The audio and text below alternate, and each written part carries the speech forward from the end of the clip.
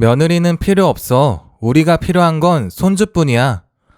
새벽에 시어머니가 남편 사고를 핑계로 저를 부른 뒤 통화가 끊긴 줄 알고 누군가에게 남긴 말이었습니다. 저는 그 말을 듣기 전까지도 제가 조금 서운한 며느리일 뿐이라고 생각했습니다. 혼인신고가 미뤄진 것도, 시댁이 출생서류에 집착한 것도, 첫 손주가 귀해서 그런 줄 알았죠. 그런데 친정엄마가 제 휴대폰을 빼앗지 않았다면 저는 그날 갓난아이를 안고 제 발로 그 집에 들어갔을 거예요. 끝까지 들어보시고 제 마음이 이해되신다면 구독과 좋아요, 그리고 여러분의 생각도 댓글로 남겨주세요. 안녕하세요. 저는 전북 군산에 사는 38살 서민주입니다. 친정엄마에게 아동복 수선을 배우고 손바느질로 아이 옷을 고쳐주며 평범하게 살던 사람이었습니다. 남편은 군산과 익산 일대 식당에 식자재를 납품하는 회사의 영업팀장이었고 시댁은 동네에서 제법 이름이 알려진 집안이었어요. 저는 그 집에 시집가면 조금은 주눅들어도 그래도 아이 아빠와 함께 잘 살아갈 수 있을 줄 알았습니다. 하지만 저는 그 집에서 사랑받는 며느리가 아니었습니다. 그 사람들이 진짜 원한 건 저라는 사람이 아니라 제가 낳은 아이였어요. 그리고 그 사실을 알게 된 날, 저는 산후조리 중인 몸으로 갓난아이를 품에 안고 친정집 뒷문을 빠져나와야 했습니다. 제 이름을 부르는 시어머니의 목소리가 대문 밖에서 들려오고 남편의 문자가 계속 울리던 그 새벽을 저는 아직도 잊지 못합니다. 그날 시어머니 전화가 30통 가까이 쏟아졌습니다. 태호가 사고 났다. 정신없으니까 아기만 데리고 지금 당장 올라와. 저는 그 말 한마디에 갓난아이를 포대기에 싸고 뛰쳐나가려 했습니다. 그런데 친정엄마가 제 손에서 휴대폰을 낚아채더니 입술 앞에 손가락을 세웠어요. 통화는 끊기지 않은 상태였고 수화기 너머에서 시어머니의 차가운 목소리가 흘러나왔습니다. 출발하면 바로 연락해. 도착하는 대로 애부터 안고 들어오고 며느리는 따로 떼어놔. 사누라 정신이 이상하다고 하면 돼. 그 순간 저는 제 결혼이 무너지는 소리를 들었습니다. 남편을 처음 만났을 때 저는 그 사람이 그렇게 무서운 집안의 아들일 줄 몰랐습니다. 그는 수선방에 맡겨진 아기 옷을 보며 제게 다정하게 다가왔고 오래 지나지 않아 결혼 이야기를 꺼냈습니다. 저는 친정엄마와 단둘이 살아온 수선방 딸이었고 남편은 지역에서 거래처를 수십 군데 둔 식자재 회사 외아들이었습니다. 차이가 크다는 걸 알았지만 남편은 늘 제 손을 잡고 우리 집이 좀 따지긴 해도 내가 알아서 할게. 너는 나만 믿어. 그렇게 제 마음을 흔들었죠. 시어머니는 처음부터 웃는 얼굴이었습니다. 집에 처음 인사드리러 간 날에도 제 손을 잡고 우리 아들 보는 눈이 있네. 참 얌전하고 단정하다. 라며 반겨주었습니다. 그런데 식탁에 앉자마자 말끝이 달라졌습니다. 시어머니는 제 앞에 반찬을 밀어놓고 제 친정을 훑듯이 바라봤습니다. 우리 집은 거래처도 많고 보는 눈도 많아. 며느리가 들어오면 말 한마디, 옷차림 하나도 집안 체면이야. 친정이 크지 않다면 더 조심하면 돼. 저는 웃으며 고개를 숙였지만 그 말은 경고였어요. 아이를 가졌다는 걸 알게 되자 시댁 분위기는 이상할 만큼 급하게 바뀌었습니다. 결혼식 날짜는 빠르게 잡혔고 시어머니는 손주를 기다린다며 태교 선물과 반찬을 보냈습니다. 그런데 혼인신고만은 계속 미뤄졌습니다. 남편은 늘 같은 말만 했어요. 아버지, 회사 명의 정리 때문에 복잡해. 거래처 보증이랑 세무신고가 겹쳐서 지금 신고하면 서류가 꼬여. 결혼식 끝나고 안정되면 그때 하자. 저는 배가 불러오는 제 몸을 보면서도 더 따지지 못했습니다. 아이가 생겼으니 설마 나를 버리겠느냐고 그렇게 제 불안을 제가 눌렀습니다. 하지만 시어머니의 관심은 점점 이상해졌습니다. 제 몸이 괜찮은지보다 아기가 몇 주인지, 성별은 확실한지, 산부인과 기록은 누구 이름으로 남았는지, 출생증명서는 누가 받을 건지부터 물었습니다. 출생신고는 우리 쪽에서 바로 처리해야 하니까 서류 아무데나 두지 마. 저는 첫 손주라 그러는 줄 알았습니다. 그런데 친정엄마는 전화를 들을 때마다 얼굴이 굳었습니다. 민주야, 저 집은 너를 걱정하는 게 아니야. 아이만 걱정하고 있네. 저는 그때 엄마 말을 듣지 않았습니다. 듣고 싶지 않았던 거죠. 출산은 길고 힘들었습니다. 아이 울음소리를 듣는 순간 저는 모든 고통을 잊을 만큼 벅찼습니다. 그런데 남편은 아이를 제 품에 오래 안겨주기도 전에 사진부터 찍어 시댁 단체 대화방에 올렸습니다. 시어머니 전화는 곧장 왔습니다. 몇 시 몇 분에 나왔니? 몇 킬로니? 출생 서류는 태호한테 바로 넘겨라. 아기 이름은 우리 쪽에서 정할 거야. 저는 기운이 없어 제대로 대꾸하지 못했습니다.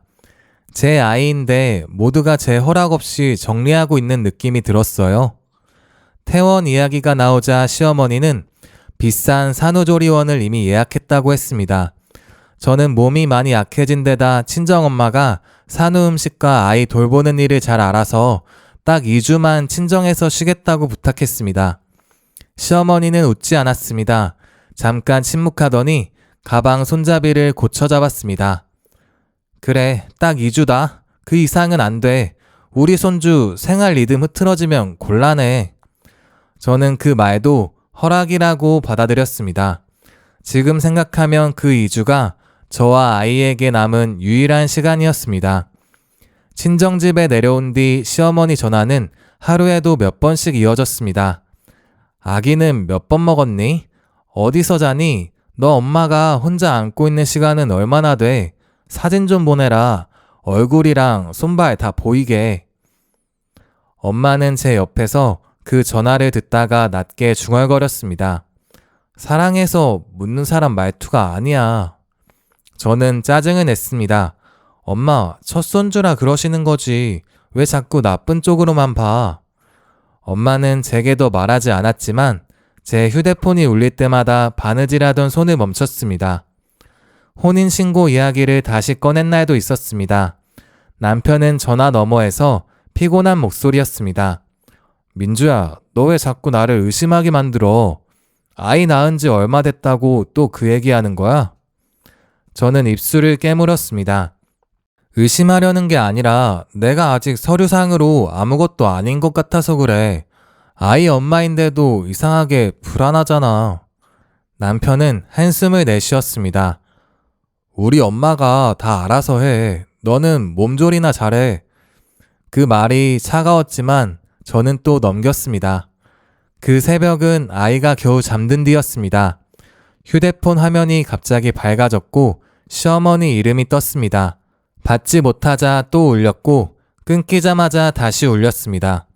부재중 전화가 10통, 20통, 30통 가까이 쌓였습니다. 겨우 받자 시어머니가 울먹였습니다.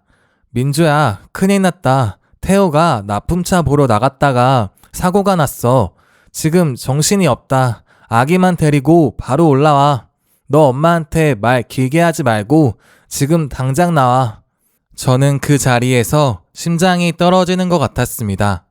저는 포대기를 꺼내 아이를 감싸기 시작했습니다. 손이 떨려 매듭도 제대로 묶이지 않았어요. 엄마, 남편이 사고 났대. 나 올라가야 돼. 병원 가야 돼. 엄마는 안방에서 뛰어나오더니 제 얼굴보다 휴대폰 화면부터 봤습니다. 어느 병원인데? 어디가 다쳤대? 왜 아기만 데리고 오라는데? 저는 대답하지 못했습니다. 시어머니는 병원 이름도 말하지 않았고 남편 상태도 제대로 말하지 않았습니다. 그제야 이상한 빈칸들이 보이기 시작했습니다. 엄마는 제 손에서 휴대폰을 빼앗았습니다. 저는 순간 화가 치밀었어요. 엄마, 지금 뭐 하는 거야? 남편이 사고 났다잖아. 엄마는 제 입을 손으로 막고 화면을 가리켰습니다. 통화 시간이 아직 올라가고 있었어요. 저는 얼어붙은 채 수화기 쪽으로 귀를 기울였습니다. 조금 전 울던 시어머니의 목소리는 사라지고 낯선 사람에게 지시하는 차가운 목소리가 이어졌습니다. 출발하면 바로 연락해. 도착하는 대로 애부터 안고 들어와. 며느리는 산후우울증이라고 하면 돼. 서류상으로 아직 깔끔하니까 일 크게 만들 필요 없어. 제 발밑이 꺼지는 것 같았습니다. 수화기 너머로 남자 목소리가 희미하게 섞였습니다. 친정엄마가 따라오면요? 시어머니는 망설이지 않았습니다. 그 여자가 제일 문제야. 따라오면 따로 떼어놔. 며느리는 겁 많아서 태호 이름만 대면 움직여. 아이만 집에 들어오면 나머지는 우리가 처리할게. 저는 그 자리에서 숨이 막혔습니다. 제가 믿었던 다정함이 전부 함정이었다는 걸 그때 알았습니다. 엄마는 통화를 끊지 않은 채 휴대폰을 이불 아래로 밀어넣었습니다. 그리고 제 어깨를 잡았습니다. 울 시간 없어. 아기 수첩, 출생증명서, 산부인과 진료기록, 너 신분증까지 전부 챙겨.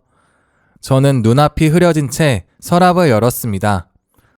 엄마, 남편도 알고 있는 걸까? 아니지, 모르는 거겠지?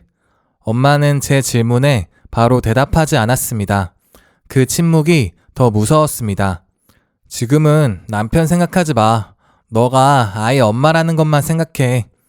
그때 남편에게서 메시지가 왔습니다. 왜 아직도 출발 안 했어? 엄마가 너무 놀라서 그래. 빨리 와. 저는 휴대폰 화면을 보고 손이 굳었습니다. 사고를 당했다던 사람이 너무 멀쩡하게 문자를 보내고 있었거든요. 병원 이름도 다친 곳도 도움을 청하는 말도 없었습니다. 오직 빨리 오라는 말뿐이었습니다. 그리고 이상하게도 남편 역시 아기 얘기만 했습니다. 애 춥지 않게 싸서 와. 혼자 와도 돼. 장모님까지 움직이면 복잡해져. 저는 그 순간 남편을 믿고 싶었던 마지막 마음까지 무너졌습니다. 엄마는 제 휴대폰 전원을 끄고 유심칩을 빼냈습니다. 장롱 깊숙한 곳에서 현금 봉투와 오래된 수첩을 꺼냈고 아이 담요를 하나 더 챙겼습니다. 엄마, 우리 도망가는 거야? 엄마는 제 품에 아이를 단단히 안겨주었습니다. 도망이 아니라 지키는 거지. 너가 지금 그 집으로 가면 이 아이는 다시 너 품으로 못 돌아올 수도 있어. 집안 불을 모두 끄자 친정집은 순식간에 낯선 곳처럼 변했습니다. 저는 아이를 안고 뒷문으로 나섰습니다. 골목은 어두웠고 아이는 제 품에서 작게 칭얼거렸습니다. 엄마는 제 팔을 붙잡고 낮게 속삭였습니다. 앞길로 나가지 말자. 저 사람들 생각보다 빨리 올 거야. 저는 그 말이 과하다고 생각하고 싶었습니다. 하지만 골목 끝을 돌기도 전에 친정집 앞 도로 쪽으로 차량 불빛 2개가 빠르게 밀려 들어왔습니다. 엄마의 손에 힘이 들어갔습니다. 저는 아이를 더 깊이 끌어안았고요. 차 문이 닫히는 소리, 낯선 남자들의 발소리, 그리고 누군가 대문을 두드리는 둔탁한 소리가 뒤에서 들려왔습니다. 제 이름을 부르는 시어머니의 목소리도 섞여 있었습니다. 어른들이 걱정돼서 온 거야. 그 목소리는 낮고 부드러웠지만 저는 이미 수화기 너머의 진짜 목소리를 들어버렸습니다. 엄마는 제 등을 떠밀었습니다. 뛰어. 지금 멈추면 애 못 지킨다. 저는 신발도 제대로 신지 못한 채 아이를 안고 골목 안쪽으로 몸을 돌렸습니다. 그 순간 저는 며느리도 아내도 아니었습니다. 제 품에 있는 아이 하나를 빼앗기지 않기 위해 밤길로 도망치는 엄마였습니다. 그리고 등 뒤에서 들려오는 시어머니의 목소리가 점점 가까워질수록 제가 너무 늦게 진실을 알아버린 건 아닌지 온몸이 얼어붙기 시작했습니다. 골목 끝에 세워둔 엄마의 낡은 경차까지 가는 길이 그날따라 끝없이 길게 느껴졌습니다. 엄마는 운전석에 앉자마자 시동을 걸었고 저는 뒷좌석에서 아이를 담요로 감쌌습니다. 차가 출발하려는 순간 친정집 쪽에서 남편의 목소리가 터져나왔습니다. 민주야, 어딨어? 너 지금 이러면 상황 더 커져. 그 목소리를 듣자 제 안에서 마지막으로 남아있던 믿음이 흔들렸습니다. 엄마는 전조등도 켜지 않은 채 좁은 골목을 빠져나갔습니다. 저는 떨리는 손으로 가방을 뒤졌습니다. 아기 수첩 출생증명서, 산부인과 진료기록, 결혼식 사진이 든 작은 외장 메모리까지 겨우 챙겨져 있었습니다. 엄마는 백미러를 보며 이를 악물었습니다. 휴대폰은 절대 켜지 마. 유심칩도 버릴 거야. 저 집 사람들이 회사 사람까지 움직이면 위치 잡는 건 시간 문제야. 저는 품속 아이를 내려다봤습니다. 아이는 아무것도 모른 채 작은 입을 오물거렸고 그 모습을 보자 눈물이 턱끝까지 차올랐습니다. 엄마, 나 남편한테 한 번만 확인하면 안 돼? 뭔가 오해일 수도 있잖아. 엄마는 핸들을 움켜쥔 채 앞만 봤습니다. 오해였으면 사고 났다는 사람이 너한테 문자로 빨리 오라고 재촉하지 않아. 방금도 남편 목소리 아니었어? 여기까지 어떻게 와, 아픈 사람이? 그 말에 저는 대답하지 못했습니다. 남편이 보낸 문자는 아직 제 머릿속에 선명했습니다. 애 춥지 않게 싸서 와. 장모님까지 움직이면 복잡해져. 남편은 제 걱정을 한 줄도 하지 않았습니다. 저를 부른 것도 아이를 데려오라는 것도 모두 같은 방향을 가리키고 있었죠. 인정하고 싶지 않았지만 이미 답은 나와 있었습니다. 우리는 큰 길로 나가지 않고 시장 뒤편 골목과 항구 쪽 좁은 도로를 돌아갔습니다. 엄마는 오래전 배달하던 길을 다 기억하고 있었습니다. 한참을 달리던 엄마가 차를 세우고 제 휴대폰 뒷면을 열었습니다. 유심칩이 엄마 손에 들렸고 엄마는 그것을 반으로 접어 휴지에 감싼 뒤 도로 옆 배수구로 떨어뜨렸습니다. 엄마, 거기 내 사진도 있고 연락처도 다 있는데. 엄마는 제 얼굴을 짧게 봤습니다. 사진은 다시 찍으면 돼. 애는 한 번 빼앗기면 되찾기 힘들어. 그 말이 제 가슴을 찔렀습니다. 저는 그제야 엄마가 왜 그렇게 단호했는지 조금씩 알 것 같았습니다. 엄마는 저보다 먼저 그 집의 눈빛을 본 사람이었습니다. 수화기 너머의 목소리, 출생 서류에 집착하던 질문, 혼인신고를 미루던 핑계, 모든 조각이 하나로 맞춰지는 중이었죠. 차는 군산 외곽의 오래된 모텔 앞에 멈췄습니다. 엄마는 현금으로 반값을 냈고 이름도 제 이름도 아닌 오래전 거래처 아주머니 이름을 적었습니다. 낡은 방 안에 들어서자마자 저는 아이를 침대 위에 눕혔습니다. 아이 이마에 손을 댄 순간 몸이 차갑게 굳었습니다. 엄마, 애가 좀 뜨거운 것 같아. 엄마는 제 손등위에 자기 손을 얹어보고 얼굴이 굳었습니다. 일단 옷을 조금 풀어. 물수건부터 대자. 아이의 열은 아주 높진 않았지만 갓난아이에게는 작은 열도 겁이 났습니다. 저는 병원에 가자고 했지만 엄마는 창 밖을 확인하고 고개를 저었습니다. 지금 병원 가면 신분 확인부터 할 거야. 저쪽에서 벌써 무슨 말을 퍼뜨렸는지 모르겠어. 저는 참았던 울음을 터뜨릴 뻔했습니다. 그럼 우리 애 아픈데 그냥 보고만 있어? 내가 엄마인데 병원도 못 데려가? 엄마는 제 손목을 잡았습니다. 그래서 너가 더 정신 차려야 돼. 울면 판단이 흐려져. 그때 모텔 문 밖 복도에서 발소리가 지나갔습니다. 별일 아닐 수도 있었지만 저는 아이를 품으로 끌어안았습니다. 세상이 전부 적처럼 느껴졌습니다. 엄마는 작은 수첩을 펼쳐 번호 하나를 찾았습니다. 예전에 산후도우미로 일할 때 알던 원장님이 있어. 지금은 보육원 일을 하셔. 그분이라면 우리 사정을 듣고 숨을 곳을 알아봐 주실지도 모르겠다. 저는 그제야 엄마가 오래전 이야기를 꺼냈던 이유를 들었습니다. 엄마는 젊었을 때 한 부잣집 산모를 돌본 적이 있었고 그 산모는 아이를 낳자마자 시댁 사람들에게 아이를 빼앗겼다고 했습니다. 산모는 산후우울증이라는 말 한마디로 병원에 보내졌고 친정은 돈과 변호사를 앞세운 시댁을 당해내지 못했다고요. 엄마는 수첩을 움켜쥐었습니다. 그때 내가 아무것도 못했어. 그래서 너 시어머니 말투를 듣는 순간 알았어. 같은 냄새가 났거든. 저는 엄마를 바라봤습니다.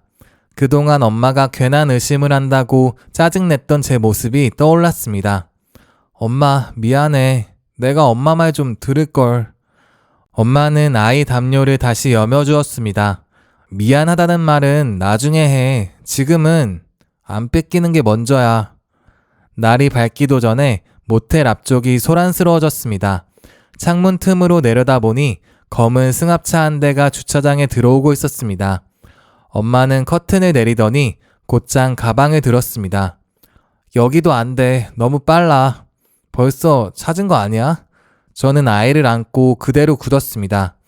벌써 우리를 찾았다고? 엄마는 제 대답을 기다리지 않고 욕실 창문을 확인했습니다. 뒷문으로 나가자. 짐 버려. 서류랑 아이 것만 챙겨. 욕실 뒤편 좁은 비상문으로 빠져나갈 때 복도 끝에서 누군가 방문을 두드리는 소리가 들렸습니다. 안에 계십니까? 잠깐 확인할 게 있습니다. 저는 숨이 멎는 줄 알았습니다. 엄마는 제 입을 손으로 막고 저를 먼저 밀어냈습니다.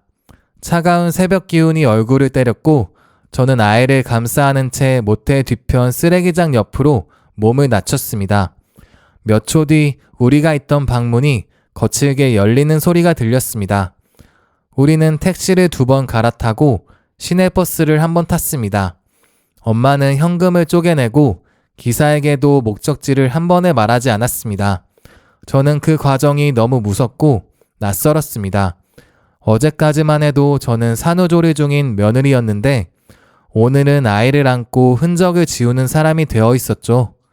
창밖으로 지나가는 익숙한 동네들이 전부 멀어질수록 제 결혼도 함께 멀어지는 것 같았습니다.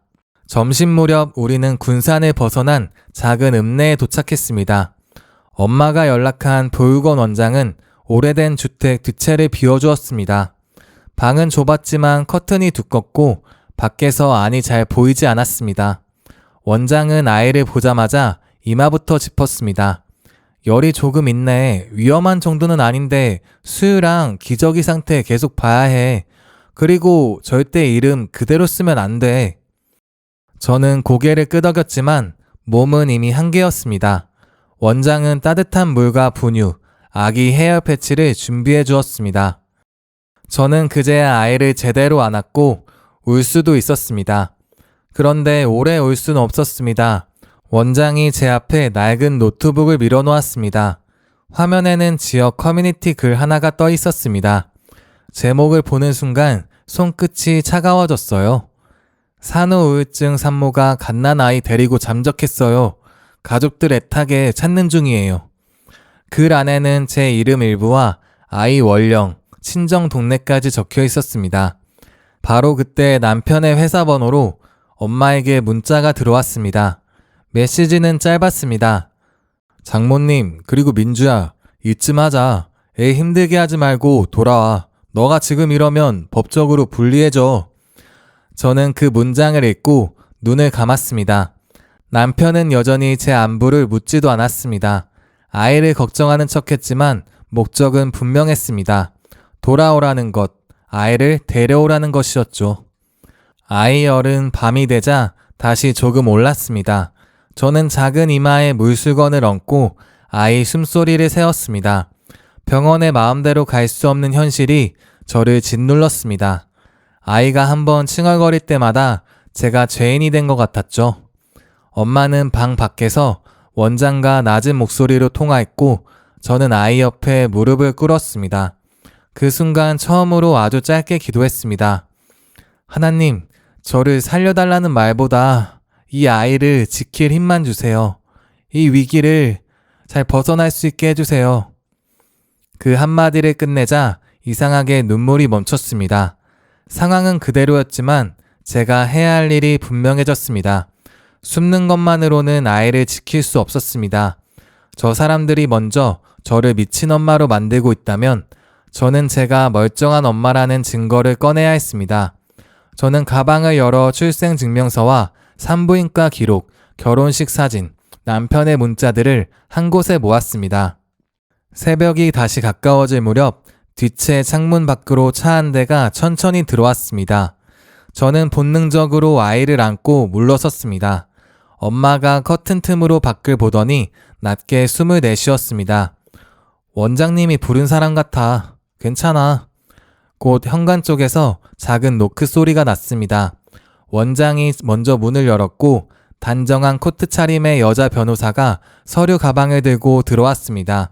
그 여자는 제 얼굴보다 제 품의 아이를 먼저 확인했습니다. 그리고 바닥에 펼쳐진 서류들을 천천히 훑었습니다. 서민주 씨 맞으시죠? 지금부터 기록이 더 중요합니다. 저 사람들이 이미 이야기를 만들었다면 우리는 진짜 있었던 일을 시간순으로 박아 넣어야 해요. 그 말에 저는 손등으로 이마에 땀을 훔치고 고개를 끄덕였습니다. 엄마는 제 옆에 앉아 오래된 수첩을 꺼냈고 보육원 원장은 뜨거운 물이 든 컵을 제 앞에 놓아주었습니다. 변호사는 제 결혼식 사진, 남편 문자, 시어머니 통화 기록, 산부인과 진료 기록을 하나씩 나누어 놓았습니다. 혼인신고를 미룬 대화가 문자로 남아있나요? 저는 떨리는 손으로 USB를 꺼냈습니다. 결혼식 영상 원본이랑 남편이 서류 얘기할 때마다 보내온 문자들이 있어요. 그때는 제가 예민한 줄 알고 지우지 못했는데 그게 이제 증거가 될 줄은 몰랐어요. 변호사는 노트북에 파일을 꽂고 화면을 열었습니다. 결혼식 영상 속에서 저는 환하게 웃고 있었고 남편은 제 어깨를 감싸고 있었습니다. 그 뒤편에서 시어머니가 손님들에게 웃으며 제 배를 가리키는 장면이 스쳐 지나갔습니다. 변호사는 영상을 멈추고 확대했습니다. 여기 들리시죠? 서류는 천천히 할 거고 손주는 우리 집 복덩이라고. 이 말 바로 잡혔네요. 저는 입술을 깨물었습니다. 그때는 농담인 줄 알았던 말이 이제는 제 목을 조르는 밧줄처럼 보였습니다. 엄마가 조심스럽게 낡은 휴대폰을 하나 밀었습니다. 사실 내가 몇 번 녹음해뒀어. 딸이 나를 유난스럽다 할까봐 말은 못했는데 그 집 얼음 전화가 너무 이상해서. 저는 엄마를 바라봤습니다. 엄마, 왜 나한테 말 안 했어? 엄마는 휴대폰을 탁자 위에 내려놓았습니다. 너가 그 집을 믿고 싶어 했잖아. 엄마가 먼저 깨뜨리면 너가 나를 원망할 것 같았어. 그래도 혹시 몰라서 남겨뒀지. 녹음 파일이 재생되자 방안이 얼어붙었습니다. 시어머니의 목소리는 평소처럼 다정하게 시작했습니다. 아기는 오늘 몇 번 먹었니? 사진은 왜 이렇게 늦게 보내? 잠시 뒤 제가 전화를 끄는 줄 알았는지 음성이 멀어졌고 또렷한 한마디가 이어졌습니다. 출산만 끝나면 정리하면 돼. 며느리 쪽은 태호가 알아서 달래고 서류는 우리가 잡고 있으면 문제 없어. 저는 아이를 아는 팔에 힘이 들어갔습니다. 그 말은 제가 지난 몇 달 동안 느꼈던 이상한 불안의 정답이었습니다. 변호사는 녹음을 멈추지 않았습니다. 다음 파일에서는 시어머니가 누군가와 산후조리원을 이야기했습니다. 친정으로 내려가면 골치 아파져. 조리원에 넣어두면 출입도 관리되고 아이도 우리 쪽에서 볼 수 있잖아. 또 다른 파일에서는 더 끔찍한 단어가 나왔습니다. 산후에 정신이 흔들렸다고 하면 병원 쪽 연결은 어렵지 않아. 애만 안정적으로 데려오면 돼. 제 귀가 멍해졌습니다. 엄마는 제 무릎 위에 손을 올렸지만 저는 그 손을 잡을 힘조차 없었습니다. 변호사는 곧장 움직였습니다. 그날 오후 시어머니가 알아본 산후조리원 예약 기록과 정신건강병원 상담 문의 내역을 확인하기 시작했습니다. 보육원 원장의 지인을 통해 한 병원 원무과 직원이 익명으로 연락을 줬고 시댁 쪽에서 제 이름과 아이 출생일을 적어 상담을 넣은 흔적이 있다는 말이 돌아왔습니다. 변호사는 펜을 내려놓고 저를 바라봤습니다. 이건 단순한 가족 갈등이 아니에요. 아이를 데려오기 위해 산모를 불안정한 사람으로 만드는 준비가 이미 진행됐던 겁니다. 저는 그 말을 듣고도 한참 아무 말도 못했습니다. 제가 손주 사랑이라고 믿었던 전화, 매일 보내달라던 아기 사진, 출생증명서를 누가 들고 있는지 묻던 말, 모두가 저를 밀어내기 위한 칼날이었습니다. 저는 아이의 머리카락에 얼굴을 묻었습니다. 그 사람들은 한 번도 저를 가족으로 본 적이 없었네요. 엄마는 제 등을 쓸어내리다 말고 이를 악물었습니다. 그래도 넌 혼자가 아니야. 이번에는 엄마가 절대 뒤로 안 물러날게. 다음날 아침 남편에게서 변호사 사무실 번호로 연락이 왔습니다. 변호사는 스피커를 켰고 저는 아이를 안은 채 옆에 앉았습니다. 남편 목소리는 놀랄 만큼 침착했습니다. 이렇게까지 할 필요 없어. 너가 원하는 돈 말해. 친정집도 새로 해주고 수선빵도 크게 차려줄게. 대신 아이는 우리 집에서 키우는 게 맞아. 너 혼자 감당 못하잖아. 저는 수아기 앞에 한참 침묵했습니다. 그러다 입술을 떼었습니다. 당신 사고 났다던 그 새벽에 왜 병원 이름은 한 번도 말 안 했어? 아니 그것보다 당신이 직접 그때 왔었잖아. 수화기 넘어가 잠깐 조용해졌습니다. 남편은 낮은 목소리로 다시 밀고 들어왔습니다. 나 아팠던 거 맞아. 그때는 다들 정신이 없었어. 또 엄마도 과하게 군 건 맞는데 너도 지금 정상은 아니야. 애를 데리고 숨어 다니는 게 정상이라고 생각해? 저는 아이 담요를 고쳐 잡았습니다. 나는 숨어 다닌 게 아니라 빼앗기지 않으려고 도망친 거야.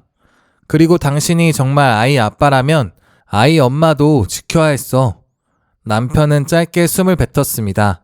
법정 가면 너만 힘들어진다니까? 우리 집이 어떤 집인지 알잖아.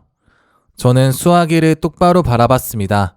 그래서 법정으로 갈 거야. 당신 집이 어떤 집인지 다 알 수 있도록. 며칠 뒤 임시보호명령 신청과 함께 첫 심리가 열렸습니다. 저는 아이를 안고 법원 복도에 앉아 있었습니다. 다리는 떨렸지만 도망치고 싶진 않았습니다. 엄마는 제 옆에서 제 가방끈을 붙잡고 있었습니다. 무서우면 내 얼굴 봐. 너가 잘못한 거 하나도 없잖아.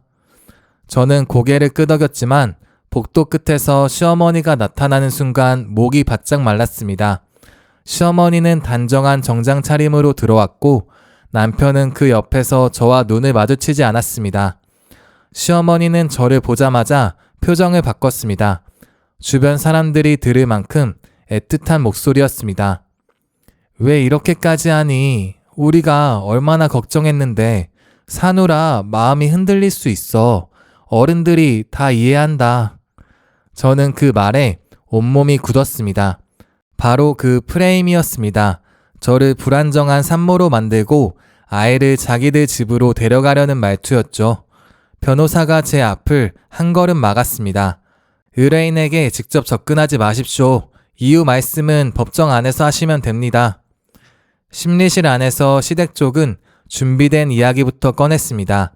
제가 산후에 예민해졌고 아이를 데리고 연락을 끊었고 시댁은 아이 안전이 걱정돼 찾았을 뿐이라는 주장이었습니다. 남편은 고개를 숙인 채 아주 차분하게 이어갔습니다. 저는 아내를 사랑합니다.